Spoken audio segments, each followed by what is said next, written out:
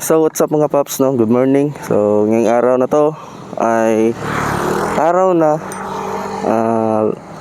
isasauli na natin yung ating mga gamit, no, sa food runner, no, yung bag at saka yung uniform. So sasaulin na natin kasi hindi na tayo mag food runner rider, no. So bakit nga ba nag-quit ako maging rider sa food runner, no? So wala akong problema doon sa company, okay yung company, no? Wala akong problema doon, no? So pumasok ako kasi ito yung mga dahilan bakit ako pumasok sa food runner, kasi gusto ko ng extra pera, no? So ngayon is part-time lang ako.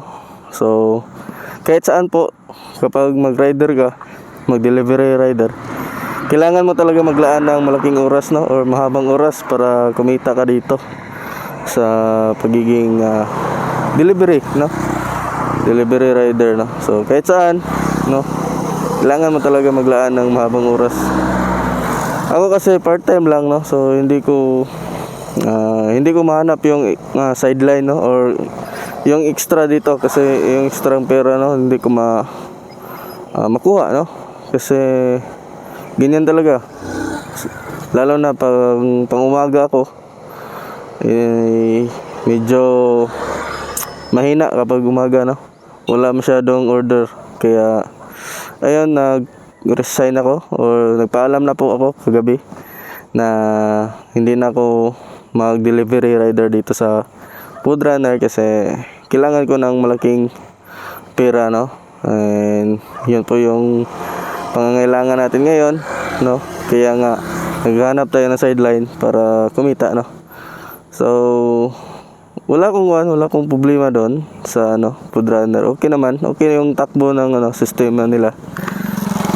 Kaso nga lang hindi sapat yung pangangailangan ko, and sa time ko hindi ko makuha talaga, no. So ngayon ay ayan, sasaulin natin to or doon sa kanilang warehouse, no.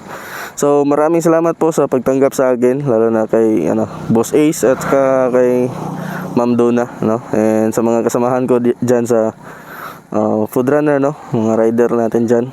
Maraming salamat po, no. So ayan, abangan niyo po kung saan niyo ako makita, no. So sa mga nakakilala na sa akin or sa mga kasamahan ko, ay alam na nila kung saan ako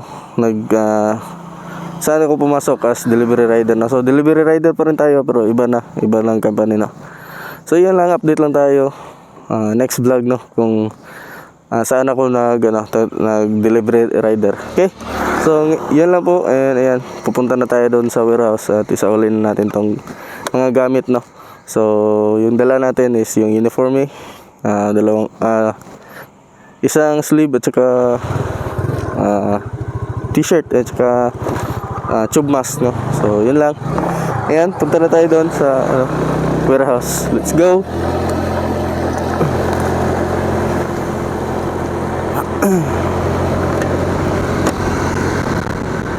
So nandito pala tayo sa sa San Miguel, no. Puro durian, no. Puro yata to. Sakop pa rin to sa San Miguel siguro. Para sa San Miguel na to, no. So yung unahan is Capitol Road yan.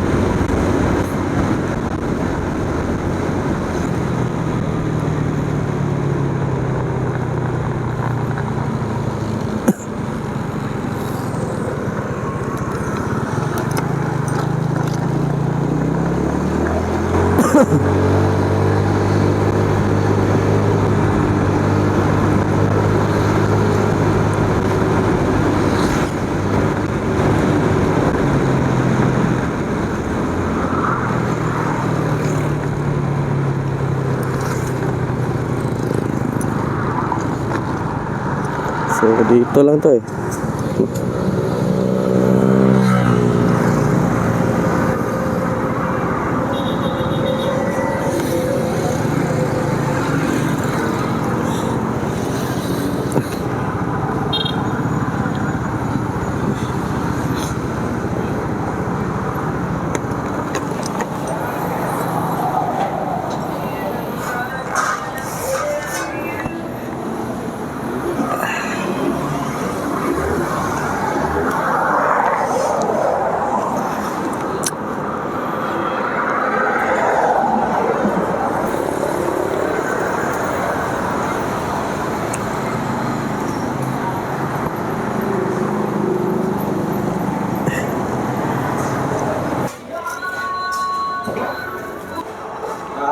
Nanangit ako gabi kay Ma'am Donna.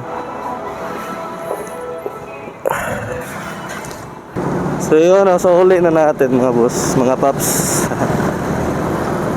Ang sarap sana pagsabayin mga paps, yung food runner at saka yung isang pinasukan ko. Kaso lang, busy kasi yung isa eh. Then, meron lang siya, meron binibigyan na schedule. Tapos, mga 5 hours siguro yung session tawag doon. 5 hours, tapos hindi talaga masungit yung food runner. Baka katulad kahapon, nag-duty ako sa kabila, no? Nag-rider ako sa kabila. Sunod-sunod yung, pick up, no? Pick up orders, yan, delivery. Kaya, mahirap, pero sayang din, no? Pero, kasi, parang mabigat na ako sa company ng food runners kasi kung hindi ako mag-resign, ibali mahulog sila na option ko. Kapag wala akong schedule sa kabila is mag-food runner ako. Pero ayun, katulad ngayon wala akong pasok sa kabila, so wala akong trabaho. Sayang sana.